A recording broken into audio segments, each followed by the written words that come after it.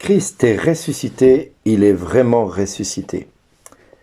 Nous sommes aujourd'hui le 11 avril 2023 et Pierre va prêcher devant Jérusalem et à la suite de sa prédication, 3000 conversions auront lieu. Qu'est-ce que Pierre a bien pu dire ce jour-là qui a permis à 3000 personnes de rejoindre les disciples du Christ à sa suite? Comment Pierre s'est-il pris pour que les personnes se convertissent et se mirent à croire et devinrent chrétiens? On ne les appelle pas encore chrétiens, on les appelle disciples du Christ. Mais il n'en demeure pas moins que même si on les appellera plus tard chrétiens, ils le sont pleinement parce qu'ils ont compris le message que Jésus leur a annoncé, leur a dit, et c'est vraiment ce qu'il nous faut retenir. Dans les Actes des Apôtres, au chapitre 2, versets 36 à 41, Pierre accuse ceux qui sont devant lui en les leur disant « C'est à cause de vous ». En clair, c'est vous qui avez crucifié le Christ. Dieu l'a fait Seigneur et Christ, ce Jésus que vous avez crucifié. En matière de culpabilité, on ne fait pas mieux.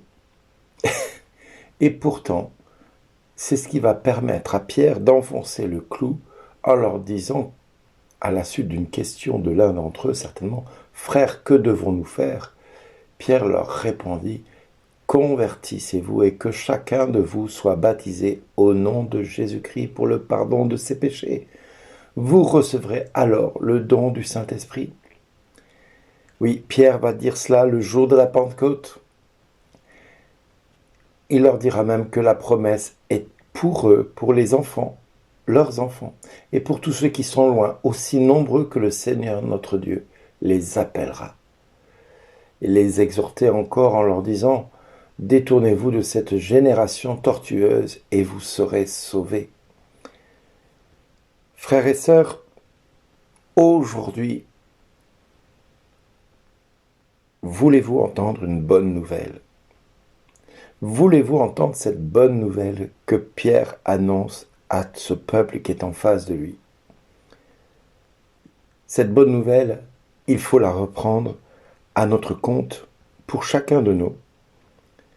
Parce que nous sommes dans la semaine de la divine miséricorde.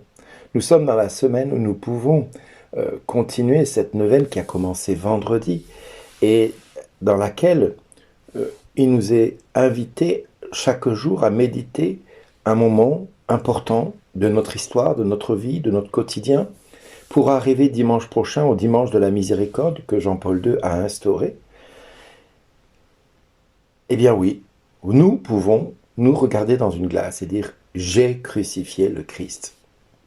J'ai crucifié le Christ par mes attitudes, par mes paroles, par mes mensonges, par mes actes odieux, par mon péché. J'ai crucifié le Christ. J'ai mis à mort celui qui est aujourd'hui par une multitude d'hommes et de femmes devenus leur Seigneur et leur Sauveur. Nous avons crucifié le Christ. Nous pouvons nous dire cela devant le miroir en disant « Seigneur, oui, je reconnais que je suis pécheur. Je reconnais que j'ai condamné le Christ. Je reconnais que j'ai mis à mort cet homme qui a fait plein de merveilles et de prodiges en vue du bien. Et nous l'avons mis à mort par nos attitudes, par nos paroles, par nos actes, par nos pensées. Nous l'avons mis à mort et c'est bien ce qui a permis à la foule qui était devant Pierre de se convertir, puisqu'ils accueillaient les paroles de Pierre et furent tous baptisés. Ce jour-là, 3000 personnes se joignirent à eux. Waouh, impressionnant, n'est-ce pas? Eh bien, je prie le Seigneur maintenant que vous entendiez cette parole, parce que c'est une parole droite. C'est une parole dans laquelle le Seigneur nous dit qu'il est fidèle en tout ce qu'il fait. Il aime le bon droit et la justice. Du reste, la terre en est remplie de son amour. Il faut regarder la terre comme elle est constituée, comme elle a été créée par Dieu. Dieu veille sur ceux qui le craignent aussi et qui mettent leur espoir en son amour pour les délivrer de la mort. Et si tu es enchaîné à des esprits de mort, si tu es encore enchaîné malgré la Pâque à des esprits de mort, peut-être faut-il que tu t'humilies encore devant Dieu et devant la glace en disant « J'ai crucifié le Christ. J'ai crucifié le Christ par mes attitudes, par mon péché, par le péché de mes parents. Je confesse cela et je me reconnais pécheur. Mais je mets mon espoir en son amour. Parce que toi, tu viens me délivrer de la mort, parce que tu viens délivrer les miens de la mort. Tu viens les garder en vie au jour de famine. Alors que importe ce qui va se passer dans la société, moi je garde mon espoir en son amour. Et nous attendons tous, les uns comme les autres, notre vie de la part du Seigneur notre Dieu, pas de nous-mêmes. Nous ne pouvons rien ajouter à notre vie si ce n'est l'inquiétude. Mais lui est pour nous un appui, un bouclier. Alors Seigneur, que ton amour se fasse inventif pour nous. Que ton amour, Seigneur, soit sur nous, comme notre espoir est en toi, nous dit le psaume. Oui, mes frères et sœurs, voilà comment vous pouvez prier ce psaume 32, 33, parce que c'est un psaume qui nous invite à espérer en Dieu.